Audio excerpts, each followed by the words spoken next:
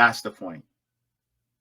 Because if you look at Saudi Arabia, what they did in, I think it was Iran, with the overthrow of Mohammed Mossadegh, Mhm.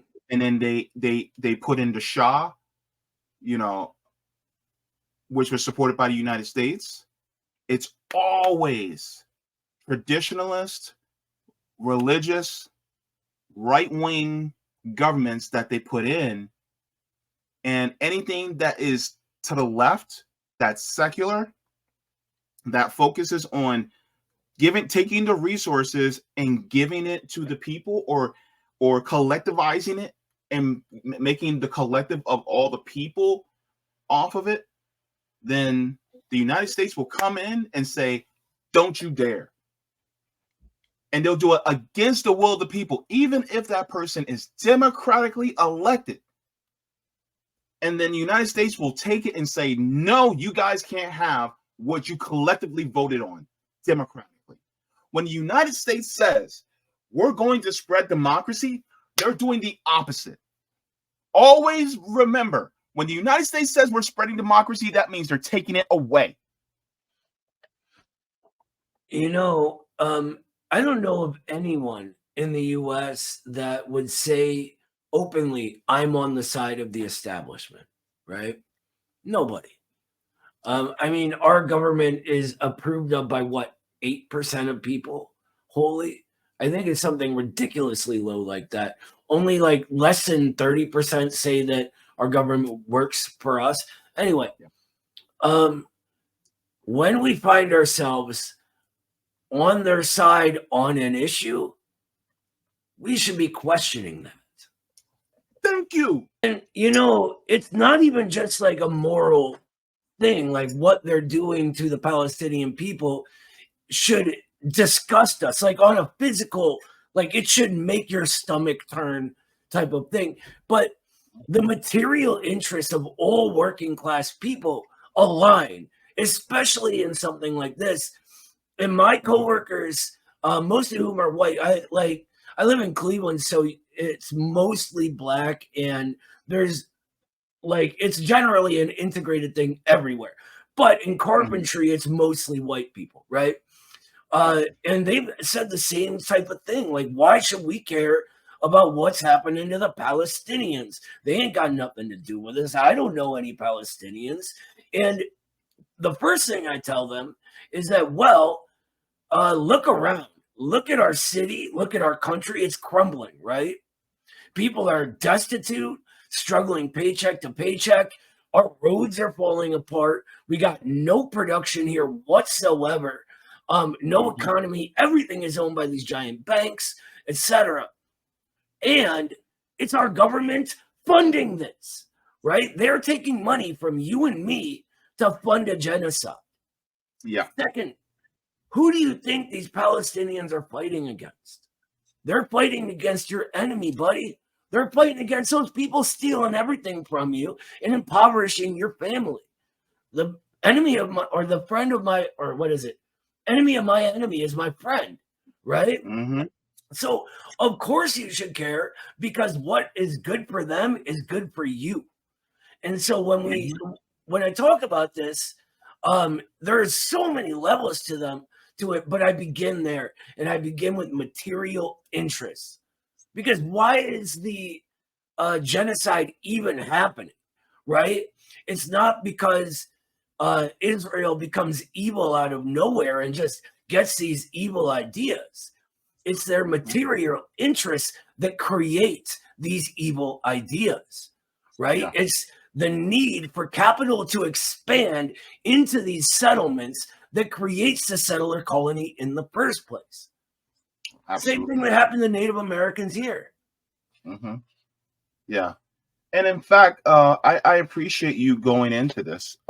And so one of the things that I wanted to bring attention to is that, and you've been open about this. You are of Jewish descent, right? Can you give us, from not just a Jewish perspective, but also a Marxist perspective, of what's going on in Palestine in your view, and why it is so important for us to not only pay keen attention to this, but also express our solidarity with the people who are being oppressed within the region. Yeah. eh, for Jewish people, it's worse, and I think more important to stand with Palestinian liberation, to show people that what they say they're doing in our name, they don't speak for us, Mm, right? They don't represent all Jews. They represent Zionism. They represent mhm, imperialism. How from the beginning of Zionism, it split Jews down the middle. There's a religious question here, mhm, right? yeah, And there are a lot of Jewish groups who talk about um, in Talmudic law, uh, the creation of the promised land or a homeland for the Jewish people is the work of the Messiah because of the breaking of the covenant, right? yeah. And basically, Jewish people wander and wander and wander. And so, from a religious level, and don't get me wrong, I'm not a religious guy. We joke in my family that we're Jewish, right? Because it's none of us are religious, and it's actually my dad's parents who were Jews, right? And so, when you're Jewish, it actually is supposed to come down through your mother. So, if your mother's not Jewish, you're not Jewish according to that same religion. Anyway, but so the creation of the promised land of Israel is literally human beings taking it upon themselves to do the work of the Messiah. And what these groups say, and there's a lot of Orthodox groups that say this, is that this strips them of their Judaism altogether. So for them at that time to act as if they speak for all Jews is utterly absurd, right? They had this question come up within the Soviet Union. There was a thriving what they called the boon, the Jewish boon, right? And the question of whether an autonomous region for Jews arose, and they began building it twice because it just split people down the middle.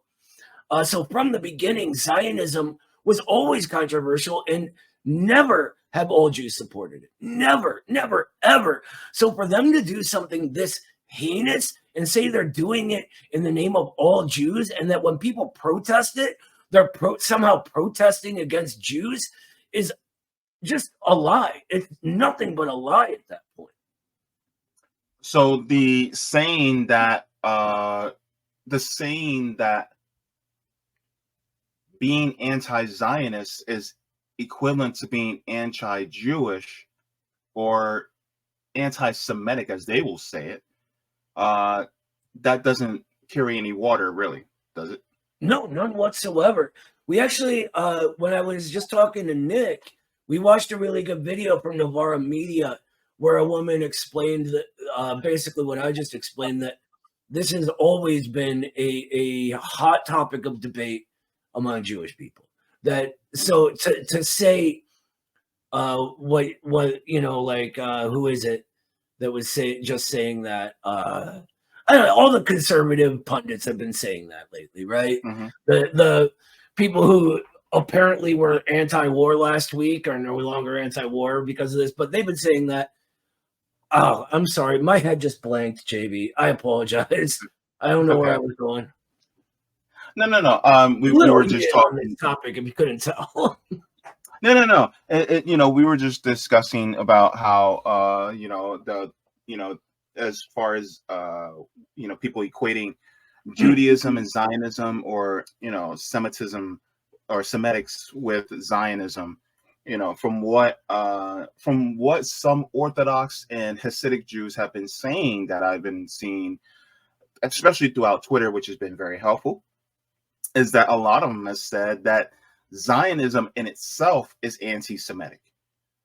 Because if you're trying to create a Jewish state, which by Jewish religion, they're not supposed to have a state, you're literally going against the Judaism. Mhm. And on top of it all, you're literally putting Jewish people in a position of an oppressor, which also puts Jewish people's lives in danger, because now you have an oppressed people that have to fight back against some Jewish people in order to get their liberation. So they literally put Jewish lives at risk by making them settlers. So in a sense, if you really want to talk about it, would I be wrong in saying the state of Israel is actually anti-Semitic? I mean, from that perspective of that makes perfect sense. Not to mention the whole thing is kind of a timeshare scheme, right? Like I'm not Oh, Jewish enough for that. oh, I never thought like that. But when anyone whose parents, whose mother, by the way, is Jewish, they get what they call birthright, right? Yeah, Where I've they heard of that. invite you to come see the homeland, come see Israel, right? And they like take you around to basically what amounts to timeshares and try to get you to move there. Um, and by the way, when you turn 18 there, you sign up for the military. There's no other way to go about it. So they're conscripting you into fighting and risking your life as well. Um, but yeah, the birthright thing, and especially calling it that, strikes me as ideologically way too similar to the Nazis. From people who should know better, right? Uh, that just says blood and soil to me. That we have a certain kind of blood, and it gives us a right to this land. I don't care who's on it. We'll get rid of them.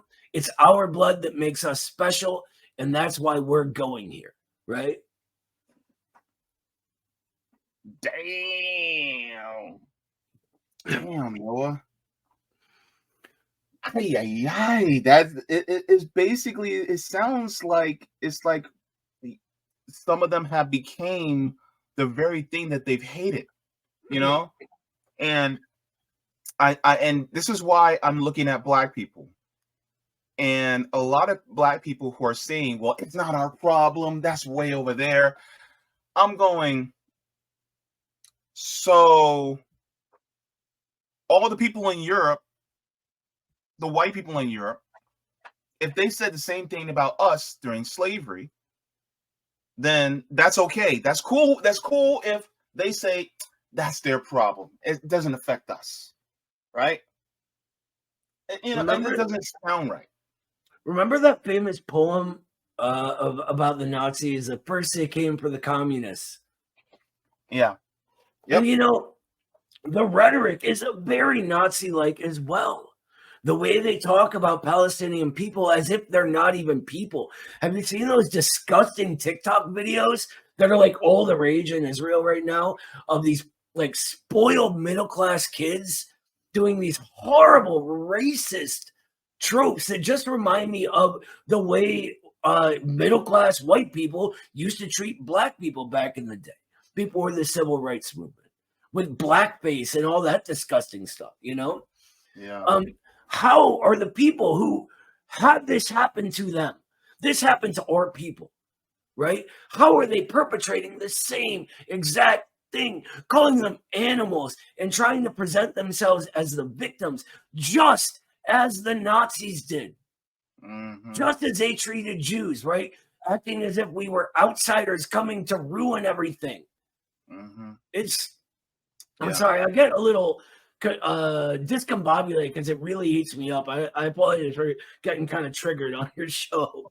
No. I think it's important that our emotion is tied to this because people need to see that when you're somebody who's on the left like us, Marxists, communists, socialists, whatever, you develop a love for humanity. And seeing other human beings being oppressed the way they are, I don't care if it's in Europe, in South America, different parts of Africa, even in the indigenous Australians, even white Australia, it doesn't matter. When you see people being oppressed, it affects you here. And so I think that's important because for some people, it's just a means of, morality points. Like, haha, I got better on you in morality. When in reality, for us, it's like, no. We're not trying to win points. We're trying to advocate for lives to be saved. it's and it's become like way too accepted on the left these days to do that sort of virtue signaling morality, Yeah, right? That whole like, oh, you're evil and I am so much better than you think, rather than what the left has traditionally done all through history, which is bring all working people together based on that love, right? The reason I got into this wasn't because of Marxism. I began learning Marxism because of that love. Che Guevara, who was a very underrated theorist, once said that the true revolutionary is guided by great feelings of love, that he cannot imagine a genuine revolutionary without that characteristic. true. That's Very all there true. is to it. If you don't have a love for the people, your people, their people, who's ever, then your heart's not in this at all. What are you doing? You're in it for yourself and this sort of politics as fashion that has developed over the last maybe 15 years. Yeah. Now, I wanted to get into more the Marxist overview as to why we're seeing this illegal, and I put emphasis on illegal because an occupation that is happening within Palestine is illegal, especially by international law. Why this is happening. Now, I'm not sure if you caught RBN on Thursday night. Sabi and I actually talked about how the institution of the state of Israel is linked to capitalism and how the Greater Israel Project is linked to growing Israel outside of the borders of Palestine into Jordan, into Lebanon, into Egypt, and to other Middle Eastern states, and how there is actually there was an article talking about how there is a huge amount of oil off the coast of Palestine Mhm. that is being looked at or has already been looked at and could generate billions of dollars in revenue for that area. And so if you can just, go from 30,000 feet in that direction. Yeah. Um, Yeah. And I'll show that while you do what you need to take care of. Mhm. Perfect. Thanks, brother. I'll be right Yeah. back. Yeah, sure. So while Noah's getting that, let me share this article so that it shows how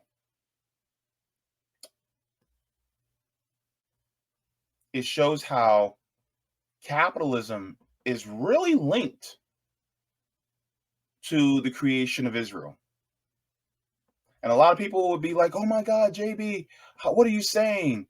What I'm saying is that they wanted this in order to really just corporatize the Middle East and make money. So let me share this article really quick, and then Noah will come back and he can expound on this a little bit further. So this is an article out of the UN. So UNCTAD. So United Nations Conference on Trade and Development says the unrealized potential of Palestinian oil and gas reserves. It says oil, this is from 2019. It says oil and natural gas resources in the occupied Palestinian territory can generate hundreds of billions of dollars for development. It says geologists and resource economists have confirmed that the occupied Palestinian territory, OPT, lies above sizable reservoirs of oil and natural gas wealth in Area C of the West Bank and the Mediterranean coast off the Gaza Strip, according to the United Nations Conference on Trade and Development study. New discoveries of natural gas in the Lamont Basin in the range of 122 trillion cubic foot, while recoverable oil is estimated at 1.7 billion barrels, according to the study entitled the economic cost of occupation for Palestinian people, the unrealized oil and natural gas potential. This offers an opportunity to distribute and share about 524 billion US dollars among the different parties in the region and promote peace and cooperation among all belligerents, the study shows. These funds could finance socio-economic development in the occupied Palestinian territory as part of the United Nations 2030 Agenda for Sustainable Development. However, so far as the Palestinian people have been prohibited from exploiting the oil and gas reserves in their own land and water to meet their energy needs and generate fiscal and export revenues.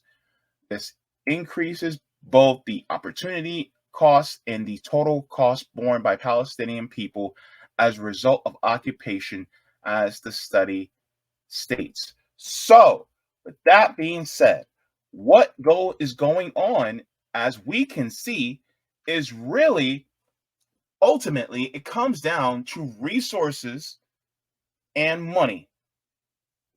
Noah, one of my favorite questions that you always ask is who benefits? If you can talk about this and give me your thoughts about this. Yeah, I gotta disclaim that, by the way. That's not my question. That's Lenin's question. Okay. You're I gonna got you. steal from the best, right? Mhm. But so there's a few prongs of this, right? And one is geopolitical. Israel is there, and Joe Biden's come out and said this. If there was no Israel, they would create an Israel. That's a geopolitical buffer in this region, right? And if you look at the borders, they're very important borders. But within this, let's go back to the beginning of the creation of Israel, right? Mhm. Millions of Jews displaced by the Holocaust, right? A bunch are taken within the Soviet Union. And this sort of movement begins, the Zionist movement, around the slogan, never again, right? Never will we be so dependent on another people that they can do this to us again. And so they move to this region. And at first, there is peace with the local Palestinian population for a while, actually. And they had some sort of socialistic practices, these things called the kibbutzes, right? Which were Mhm. community owned. And none of that matters. But always, this has the backing of American finance. American finance sort of births the Israeli ruling class, right? And from there, what does capital do? It accumulates, Mhm. right? So if you've seen that famous image of the map that gets smaller and smaller of Palestine as Israel gets bigger and bigger, right? Mhm. Absolutely. That can be tracked to the accumulation of capital in these handful of firms. All of the settlements, that's all owned real estate, right? Yeah. Ownership of the power gives them power to, or the power of the electricity, energy, etc., gives them the power to continue expanding as their capital base expands. It's always about the money. Why did the US invade Iraq? The money. Mhm. Why did they invade Vietnam after the Vietnamese basically they upheld the Declaration of Independence and said, please help us in our fight against the colonizer, just as you did in 1776. And what did the US do? They invaded them because of that money. It's always about the money. Yeah. Exactly. I'm at a point right now, well, you know, where everything's clicking because land is also the means of production, right? And if Israel is taking more Palestinian land, they're literally seizing their means of production away from people who have lived on that land for centuries. And so all of this is really just capitalistic theft of a land that has resources. that they don't want these people to have. And there was I should show this. There was a video that I shared on Sabby and JB show the other night. In fact, you know what? Let me share this, because this, I think it bears repeating. Because this was, God, the way this guy put it was just so beautiful, because it really shows the history and how it's connected all to the system of capitalism.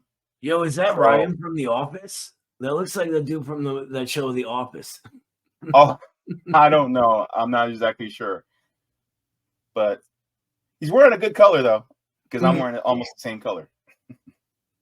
Video, I'm going to explain to you why I keep seeing Palestinians being called barbaric, savage terrorists. All right, I want to add an international lens to what this creator is saying, because I think you can't really talk about Islamic terrorism as it's referred to in the West without mentioning the rise and fall of secular Arab nationalism in the mid-1900s. This is so relevant because what's commonly referred to as the end of secular Arab nationalism is in 1967, when Israel launched the Six-Day War against its surrounding Arab nations. This is also when it captured Golan Heights, East Jerusalem, the West Bank, and the Gaza Strip. But I'll get back to that in a little bit because I have a lot of history to cover and I don't want it to take more than a few minutes. Because this goes back to World War I, when Britain and France actually enlisted the support of Arab fighting forces against the Central Powers, specifically the Ottomans, who had controlled most of the Middle East at that point. And the way they did that was they promised the Arabs independence after the war was over if they won. And honestly, it's wild that the Allied nations still take credit for winning World War I without even mentioning the Arab Revolt of 1916. And in a surprising turn of events, the British and French actually lied. And not only did they not give the Arabs self-determination as they agreed upon, not that the Ottoman Empire wasn't a thing anymore, they just took the region for themselves. Now, does this look familiar at all? Maybe from your history class in high school, you have a Sykes-Picot Agreement. Notice how this says May 1916. This is a month before the Arab Revolt and like a year and a half before the end of World War I. So what does that mean? That means that the British and French were lying to these people's faces, telling them that they'll get self-determination for fighting against the Ottomans, when really they had a plan to divide up the entirety of the Middle East between themselves. Also, look, Palestine, under British, French, and Russian protection. Remember that. Here's another thing you might. So one of the things that this reminds me of, Noah, is how they divvied up Africa and said, okay, we're going to keep Africa in our hands, but we're going to divide it up into different nations, right? Instead of going according to what the indigenous Africans and how their tribes are divvied up, they wanted to go according to what they thought, which means that they put borders between where some African tribes were actually living.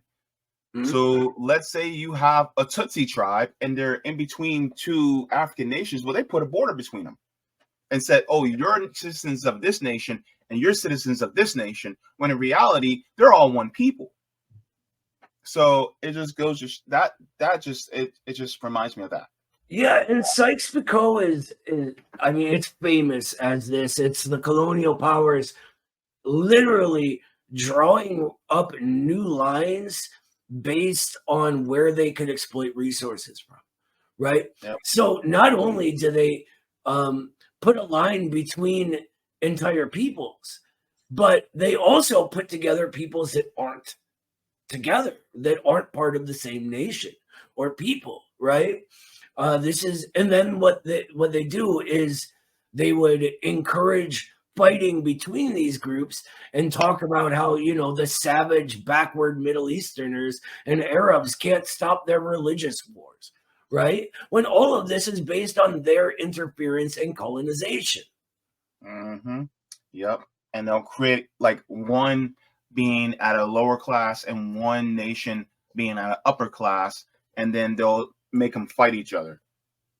They were trying to play Iran and Iraq against each other forever, and it worked for a long time. Wow. It was like, and I mean, look at what Iraq was like, the most secular nation in that entire region, right? If you remember, before they were a Baath socialist country, right? And in the 80s, aligned with the Soviet Union.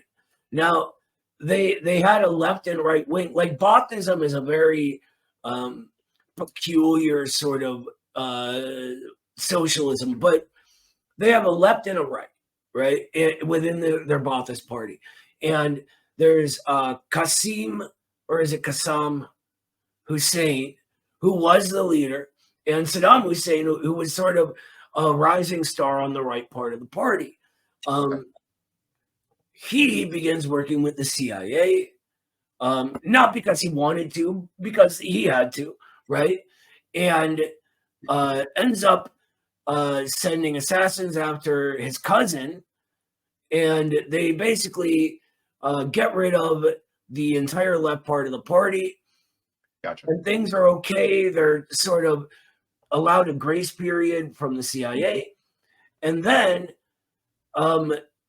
Hussein begins talking about needing more of a share of the oil markets.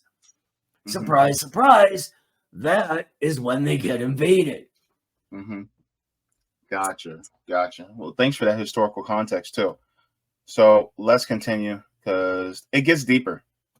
I remember from your world history class the Balfour Declaration, which establishes Palestine also as a national home for Jews. But Israel isn't first established until after World War II. So in the meantime, Arabs who are really upset, obviously, at the British and French occupying them, launch a bunch of independence movements. This includes countries like Egypt, Syria, Iraq, Iran, and Saudi Arabia. This takes us to World War II, specifically the aftermath of World War II, which is millions of Jews fleeing Nazi rule, many of whom are urged by the British and other allied countries to set up shop in Palestine. As a side note, notice how Western European countries conveniently redirect a lot of Jewish refugees to an area that is very far from them. All right, 1948, Israel declares independence, which leads to the first Arab-Israeli War. With the help of the British, Israel successfully protects its independence, which leads to the Nakba, which is the expulsion of almost 1 million Palestinians from their ancestral homes. Now, during this time, Arab nationalism is surging, especially after gaining independence from the British and the French, and as a response to this. Go ahead. Right there, the Nakba. Over 800,000 people just given the boot. I know he's like doing a short video, but I think that needs like a moment to really think about that. Yeah, I gotta let that breathe. That's all. 800,000. And that was like, they don't have like an official number. That's their low number. Like it cannot be less than that. Imagine you, your family, all your neighbors, your whole block, everybody that you know getting kicked out of your land.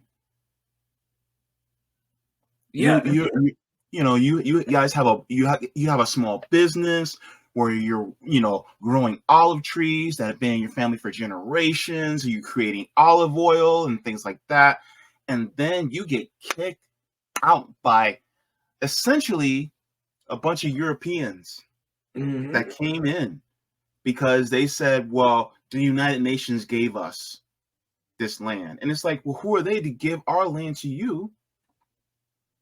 Who are they? And this is how I got all of my coworkers on board for this specific issue, right? Think about if they came and just took, like, I'm from Cleveland, and I tell them, what if they came in and booted us all out of our houses, right? You are no longer welcome in the neighborhood you grew up in. Remember that place where you and all your buddies first kissed a girl? That's now from somebody, from Canada. Someone from Canada owns that now. You can't go back. Oh, and by the way, as we move south, we all got to work for those Canadians. We're not allowed to own the businesses. They own them. We just go work for them. It's wild.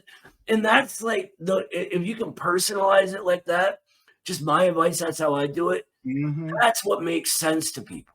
Yeah. It's like, oh, this is where my kid was born, but now I can't go back because somebody took it away from me. This is where my grandma's house was that I have memories as a child was, but I can't go back because they took that from me. And then on top of it, if I try to take my house back, I'm labeled as a terrorist for doing so. They always label, who else they labeled a terrorist, by the way? Nelson Mandela.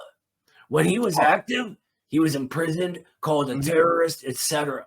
Wonder what they're going to say about the Al-Qassam in 20 years. The Al-Qassam's the sort of military high command of Hamas.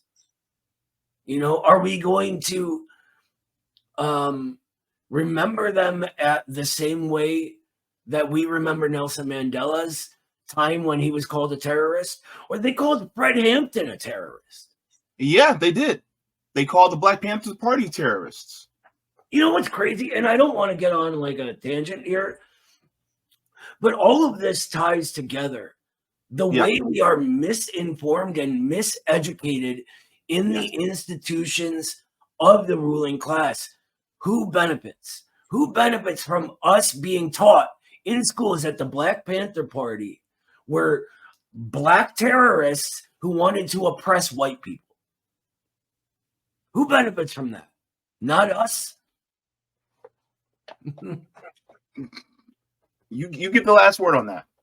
You do. Thank you.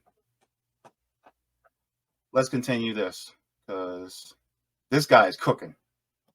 Palestinians from their ancestral homes. Now, during this time, Arab nationalism is surging, especially after gaining independence from the British and the French, and as a response to the establishment of Israel. In 1952, Egypt has a revolution which leads to Jamal Abdel Nasser becoming president in 1956. This is generally considered to be the start of the Arab Cold War, which this is important, by the way, because this is a rivalry between Arab nations that consider themselves to be secularist, nationalist, and generally tend to be socialist, and Arab nations that are conservative, traditionalist, Islamist, and generally tend to be monarchies. Now,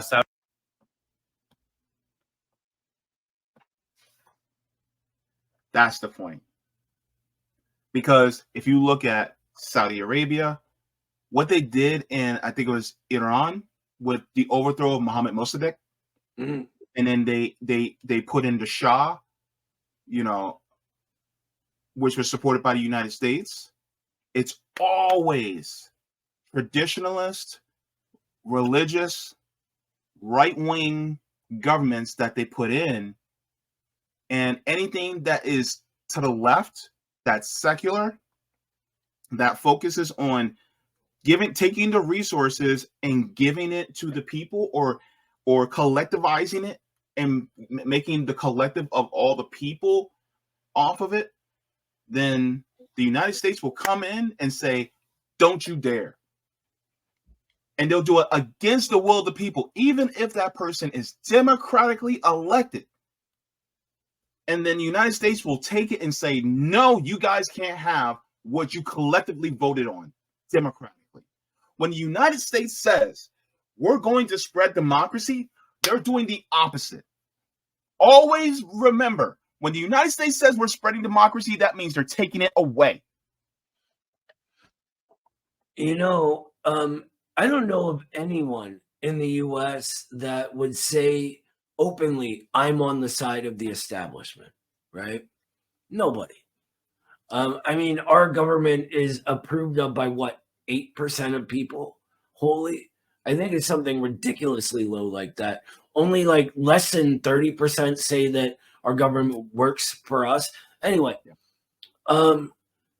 when we find ourselves on their side on an issue, we should be questioning that. Thank you. Oh my God. Hang on. Now, listen to what Noah just said. Whenever you find yourself on the side of the establishment, give yourself pause. Which nation is the establishment standing behind right now? Precisely. We're all the celebrities, right?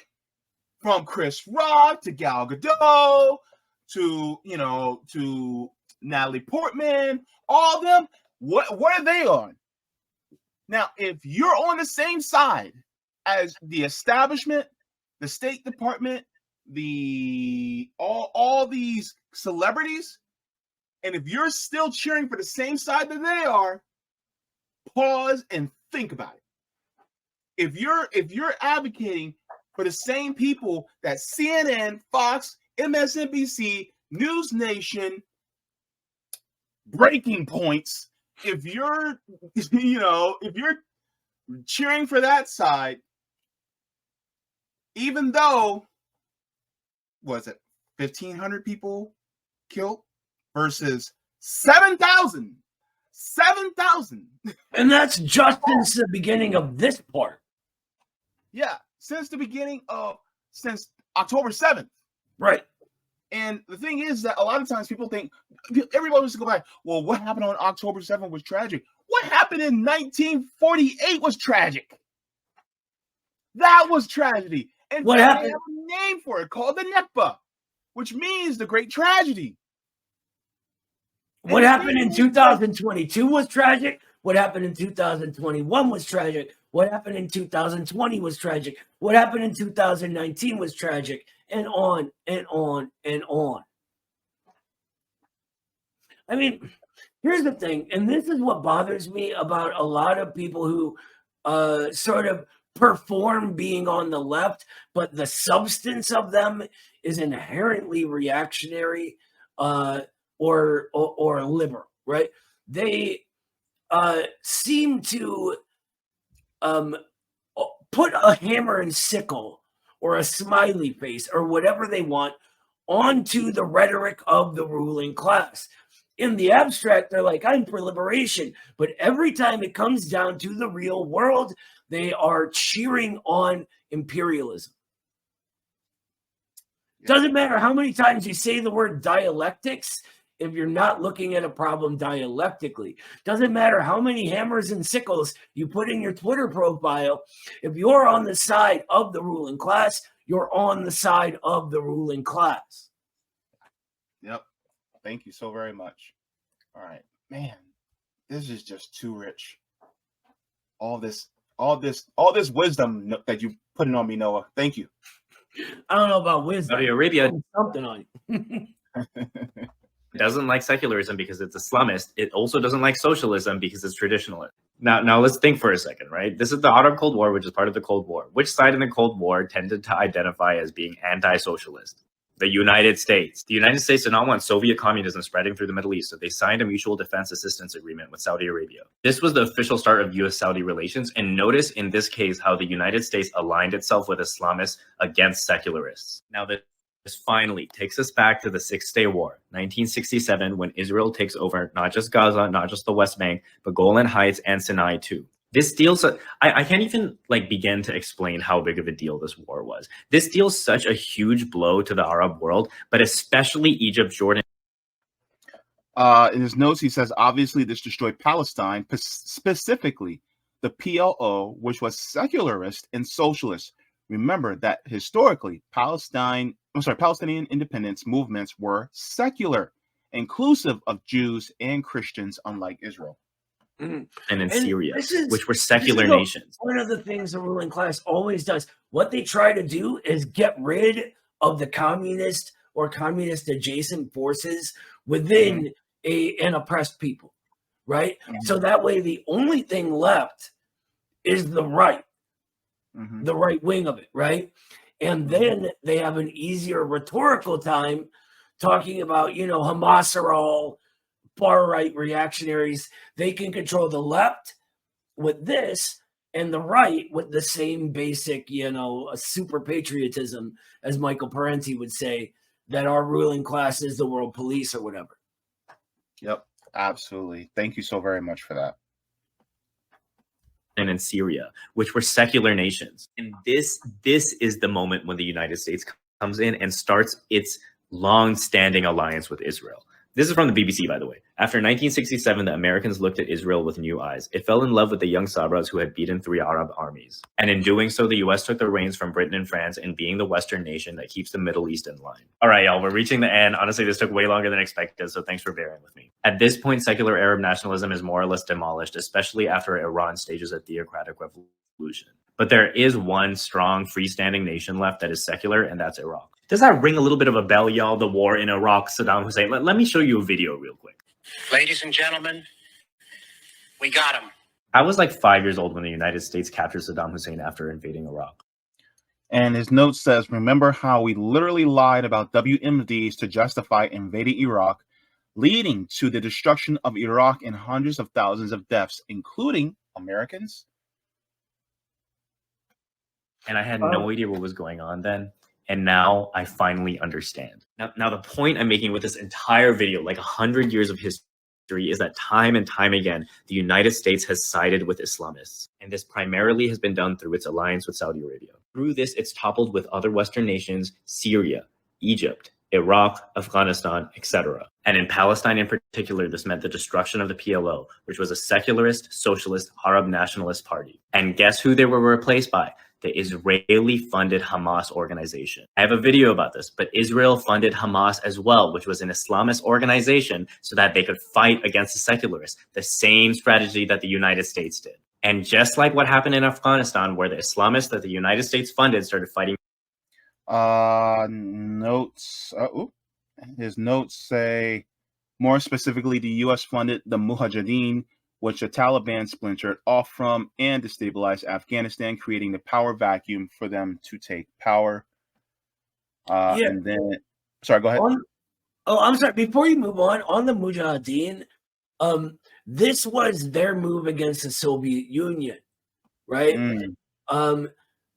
The Afghanistan was an incredibly progressive place at one point in time. They had a very big communist party gaining power, gaining steam. And what they do is the CIA begins creating, funding, and training these not just Islamists, but fanatical sort of fundamentalist groups, right? The Mujahideen. And they are against the Marxist Party in their own country. And the CIA basically forces the hand of the Soviets to go in and save this sort of fledgling communist government before the Mujahideen destroys them, creating what they call the Afghan trap, right? And eventually they wipe out all the left forces in Afghanistan, leaving only who? The Taliban. The Taliban then become an enemy of our ruling class at some point in many ways. In other ways, they're still allied to them, but that's neither here nor there. My point is, this happens over and over and over again throughout these countries. Our ruling class is not stupid. It's not like they didn't know this would happen with Hamas. They knew precisely what would happen with Hamas. The whole question of this forever war they're waging is a continuation of capital accumulation. Without that capital accumulation, their actual power base falls. That's all I wanted to say. I'm sorry. No, that's good. Thank you very much for that. It says, also note that Israel never explicitly allied with Hamas, and Hamas was always pro-Palestinian independence. My point is that just as the U.S. and Israel will fund Islamists to fight against their enemies and then turn back and call them terrorists once the quote-unquote threat is taken care of. I worded this part wrong. Okay, so he was just correcting his mistake. Against the U.S., the same thing. Okay, go ahead. I'm so sorry, brother. One quick fact about the Mujahideen. Okay. You know who got his training and start with the Mujahideen? Osama bin Laden. Yeah, I was going to say, yeah. He was called a hero. There are American movies, and for anyone who doesn't know, our sort of deep state, for lack of a better word, is very involved in Hollywood. And in the 80s, there were movies that were like dedicated to Osama bin Laden and the Mujahideen. Mainstream media was calling them heroes against Rambo. Yeah, Rambo. Exactly, that's one of them. It literally says within the credits, dedicated to the brave Mujahideen forces. Right? It's wild, and they were calling the Soviet soldiers going in there terrorists. They were calling the legitimate communist government terrorists. They always do. They don't change up plays when they work. So it's up to us to stop them working, to not let them pass. Gotcha. Thank you so much for that too. All right, let's finish up. Yeah, I'm sorry. Against the U.S., the same thing happened in Palestine, where Hamas started fighting back against Israel. Now that is why you see the term terrorist everywhere, because the United States will fund any and every Islamist movement they can find as long as they're fighting against their enemies. And then the moment those Islamist movements start fighting back against the US, they're terrorists. And if that sounds so familiar, it's because that is the same thing that the British did to what would become the secular Arab nationalists in funding them to fight their enemies, the Ottomans. Welcome to Modern Geopolitics, y'all. I hope you enjoy your stay. That's awesome. Yeah, that was great. I'm gonna share that video in the chat so you guys also have access to it, because that was a great explanation, especially when it comes to showing how it's all tied to money and capital.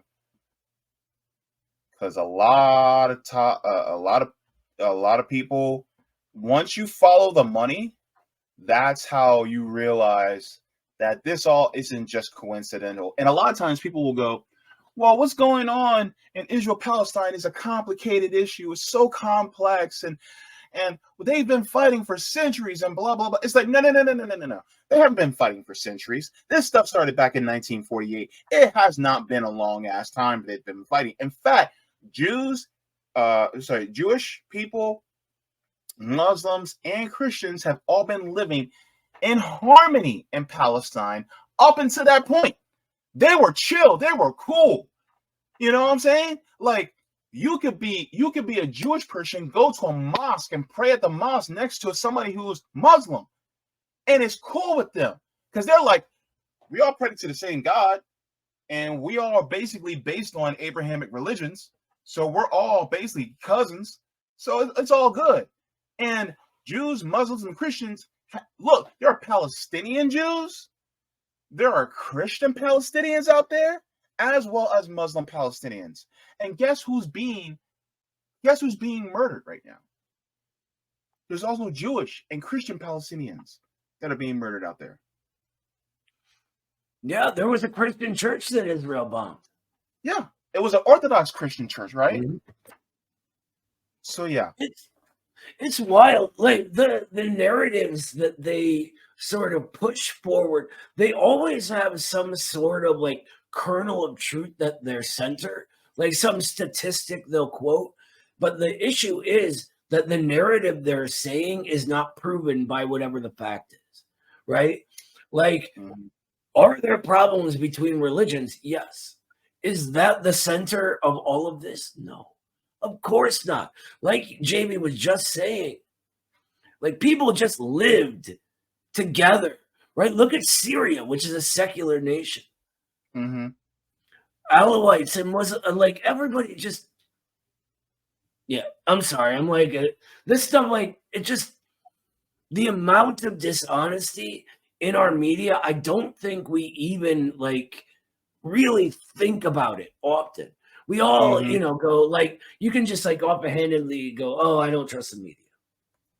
But then every single, like, actual story, somehow that's the one you trust. Come on, It's kind of like people who, conservatives, who will tell you they're anti-communist, will rail against the mainstream media, and you go, so why do you believe them about communism? Thank you. They don't got an answer for that. Yeah. It's like, okay, you don't believe mainstream media, but when they rail against communism or when they rail against a particular marginalized group, you're going to believe them?